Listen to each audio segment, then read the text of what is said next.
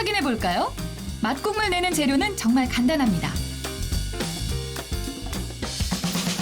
큰 냄비에 물 2리터를 부어주고요. 마른 표고버섯 3개, 다시마 1장을 넣고 센 불에서 끓여줍니다. 팔팔 끓기 시작하면 5분 동안 더 끓여주는데요. 불순물을 걷어주게 되면 이 국물의 맛이 훨씬 더 시원하고 깔끔한 맛이 납니다. 그렇기 때문에 좀 번거로우시더라도 불순물을 좀 걷어주시는 게 좋겠죠? 깔끔한 맛을 위해 불순물은 꼭 제거해주고요. 오래 끓이면 쓴맛이 나올 수 있는 다시마는 건져내고 표고버섯만 남긴 채 5분 더 끓여줍니다. 일단 불을 끌 거고요. 표고를 건져내주고 표고버섯은 바로 건져내고 체에 받쳐 맛국물만 따로 덜어냅니다. 액젓. 액젓이 들어가네요?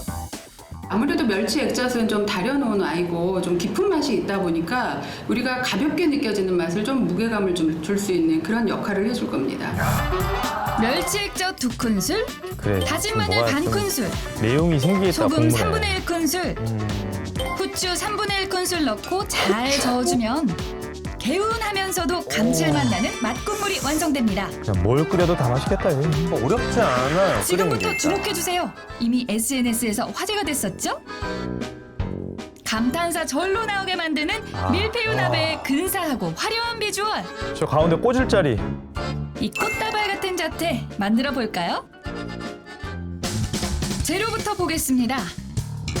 아, 그런데 차돌박이. 차돌박이는 바로 사용하면 될까요? 누린 맛만 잡아줄 거라서 소금 소량하고 후추 소량해서 밑간만 살짝 해줄 겁니다. 소금과 후추로 간단하게 밑간을 해주는데요. 아, 차돌박이. 그릇에 소금과 후추를 살짝 뿌린 후 차돌박이를 한 장씩 펼쳐 올립니다.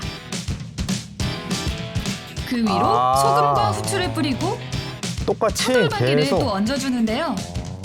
양면으로 다 되겠네. 이렇게 양면에 소금과 후추를 뿌려 차돌박이의 잡냄새를 잡아줄 동안 나머지 채소들을 손질해 볼까요? 그런데 배추는 어떤 배추를 사용하는 게 좋을까요? 알배추. 배추 잎이 굉장히 두껍으면은 저희가 식감이 좀 떨어지죠. 연한 배추로 알배기 배추를 사용하시는 것이 가장 적합하세요. 부드러운 알배기 배추를 준비해주고요. 밑동을 이렇게 자르시고 이렇게 싸물할 거 빼놓으시고 아, 이거 배추 너무 이쁜 거 아니에요? 너무 예쁘다. 냄비 아래에 깔아줄 속잎은 따로 분리해 썰어줍니다. 그리고 숙주 200g, 무 10분의 1개, 대파 한 대 흰 부분, 양파 반 개, 쫄깃한 느타리 버섯, 고추는 먹기 좋게끔 손질해 한 대 모아주는데요. 양파 한대 모아. 이렇게 해서 좀 고르게 좀 섞어주신 다음에 섞어놓은 채소들을 섞은 재료를 바닥에 깔아주면 국물 맛은 물론 아. 배추와 차돌박이가 흐트러지지 않게 모양도 잡아준다네요. 아, 이런 건 몰랐네. 여기서 가장 중요한 것은 전골 냄비의 깊이입니다. 냄비의 깊이도 중요하다고요?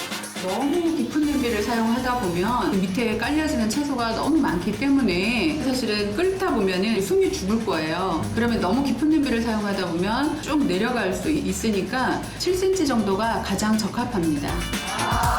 약 6에서 8cm 정도의 전골 냄비가 적합하다고 합니다. 이제 준비한 재료를 포개일 차례. 배추 겉잎 한 장 위에 깻잎 2장을 올리고 밑간한 차돌박이도 그 위로 2장 올려줍니다. 여기하고 반대로 아. 이렇게 해주셔야 저렇게. 두께를 일정하게 맞춰주실 수가 있어요. 저렇게 해야. 줄기 부분과 이파리 부분을 그렇죠. 엇갈려 가면서 쌓아줘야 일정한 두께를 유지할 수 있다네요. 그렇구나. 그리고 저렇게 해야 이렇게 절단면이 배추, 또 예쁘게 잘 깻잎, 나와요. 차돌박이 순서로 4회 반복해주고 배추로 마무리하면 되는데요. 약간 난이도가 있네요. 신경 쓸 게 좀 있네요. 포인트. 아, 근데 이 정도면 무지하게 고기와 쉽게 채소가 설명해 겹겹이 주시는 쌓여 거예요. 풍성함을 자랑하는 밀푀유 나베. 아, 예쁘긴 여기서 하다. 잠깐 냄비 깊이에 맞춰 자르는 팁도 있다고 하는데요. 채소를 바닥에 깐 냄비에 손가락을 넣고 그 깊이를 가늠한 뒤 쌓아 올린 재료들 위로 손가락을 대고 3등분. 길이만큼 잘라주면 됩니다. 오케이, 오케이. 아. 간단하게. 냄비 편하게. 깊이에 맞춰 채소를 잘라주는 것이 포인트. 힘겹게 쌓은 재료 자르기 어렵지 않죠? 재료를 쌓아 올린 채로 잘라 냄비 속에 담아주는데요. 채워놓은 모양이 흐트러지지 않게 하는 방법도 있을까요?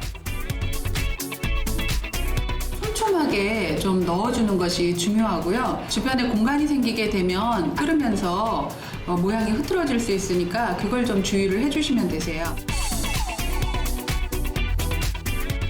공간이 생기며 흐트러질 수 있으니 가운데 남은 공간에 팽이버섯을 비롯해 느타리버섯, 표고버섯으로 채워줍니다. 페스츄리처럼 냄비를 겹겹이 가득 채운 고기와 채소. 그 형형색색의 빛깔이 식욕을 자극시킵니다. 이제 끓여줄 차례인데요. 오? 뜨거운 맛국물을 바로 넣나요? 차갑게 해서 붓는 편이거든요.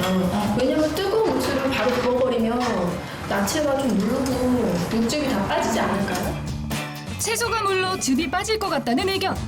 차가운 상태에서 계속 끓여주다 보면 채소의 그 아삭함이라든지 영양을 많이 손실하게 돼요. 그렇기 때문에 끓는 육수를 부어줌으로 인해서 채소를 단시간에 빨리 익혀주는 역할도 하고 채소가 가지고 있는 식감도 살려주는 역할을 하게 됩니다. 차가운 맛국물을 넣고 끓였을 때와 뜨거운 맛국물을 넣고 끓였을 때 어떤 차이가 있을지 제작진이 직접 실험해봤습니다. 맛국물의 온도를 제외한 나머지 재료와 조리 과정은 모두 동일했는데요. 채소를 꺼내 확인해보니 한쪽은 배추가 무른 모습을 보입니다. 차이가 있네요. 단시간에 익혀주기 위해 뜨거운 채로 부어주는데 냄비를 채운 재료 높이에서 1.5cm 정도 덜 채워주면 됩니다. 덜 그리고 채워야 센 되는구나. 불에서 10분 동안 끓여주는데요.